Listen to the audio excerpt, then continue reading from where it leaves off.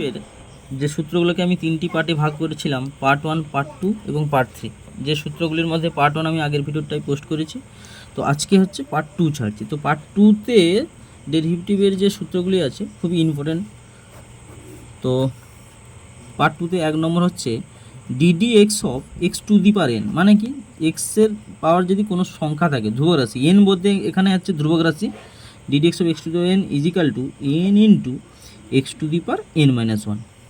ওকে, তারপরে দ্বিতীয় নম্বর হচ্ছে D D x of E to the power x is equal to E to the power X হয়, মানে ই টু দি পাওয়ার পাওয়ার যদি কোনো কিছু রাশি থাকে তাহলে সেটা হয়।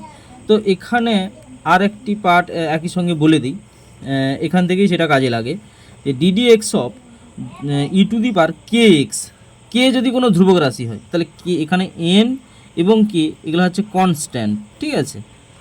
কনস্ট্যান্ট যদি কে এক্স থাকে তো তখন হচ্ছে D D x of E to the power K x is equal two K E to the power K X, মানে এখানে যদি ধ্রুবক রাশি থাকে তো এই ধ্রুবক রাশিটা সামনে আসবে, কেন না ডেরিভেটিভের দ্বিতীয় ফর্মেটে যখন ডেরিভেটিভ করবো তখন হচ্ছে এই ধ্রুবক রাশি কেটা সামনে চলে আসবে।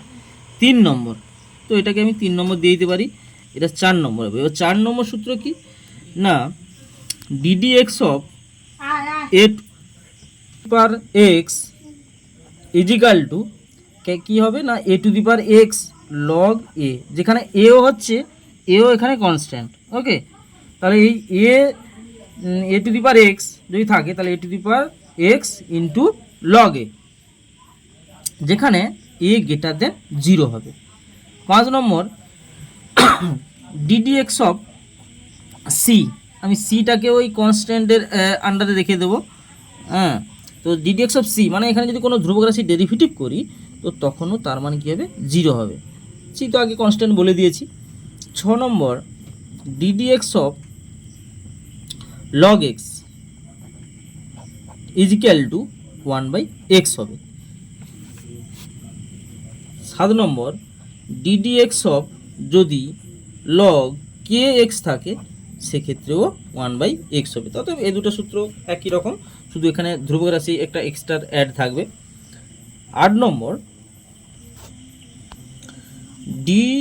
ডি এক্স অফ এক্স বা একে বলতে পারি DX by DX, D D x of X বা DX by DX is equal to 1, মানে যার সাপেক্ষে ডেরিভেটিভ করছি এবং সেটা যদি এক্স থাকে তো এখানে 1 হবে।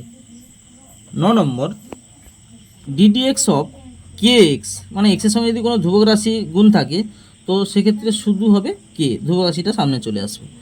নেক্সট 10 নম্বর DD x of root x যদি থাকে তখন হবে 1/2 রুট এক্স। নেক্সট 11 নম্বর ডিডি এক্স অফ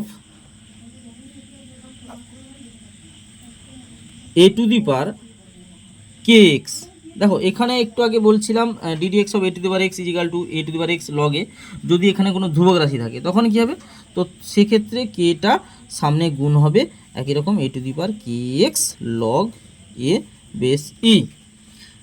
12 নম্বর ডিডি এক্স অফ 1/x, যদি 1/x থাকে তখন হবে মাইনাস অফ 1/x স্কোয়ার। 13 নম্বর DD x of 1/x to the power N, যেখানে এনটা হচ্ছে ধ্রুবক রাশি, equal to minus n/x to the power n plus 1। 14 নম্বর DD x of X to the power যদি 1/n থাকে, মানে এক্সের পাওয়ার কোনো ভগ্নাংশ থাকে তো তখন সেই ভগ্নাংশটা গুণিতক এক্সের পাওয়ার ভগ্নাংশটা -1, মানে 1/n into X to the power 1/n minus 1। 15 নম্বর অর্থাৎ পার্ট 2 আজকে শেষ সূত্র D D x of C F of X, C হচ্ছে কনস্ট্যান্ট এবং একটা যদি ফাংশন এক্স থাকে তো তখন E to the power, sorry এখানে সি নয় এটা ই টু দি পাওয়ার, ভুল বললাম, E to the power F of X is equal to E to the power F of X DD x of F of x. আজকে তাহলে part 2 এই পর্যন্ত।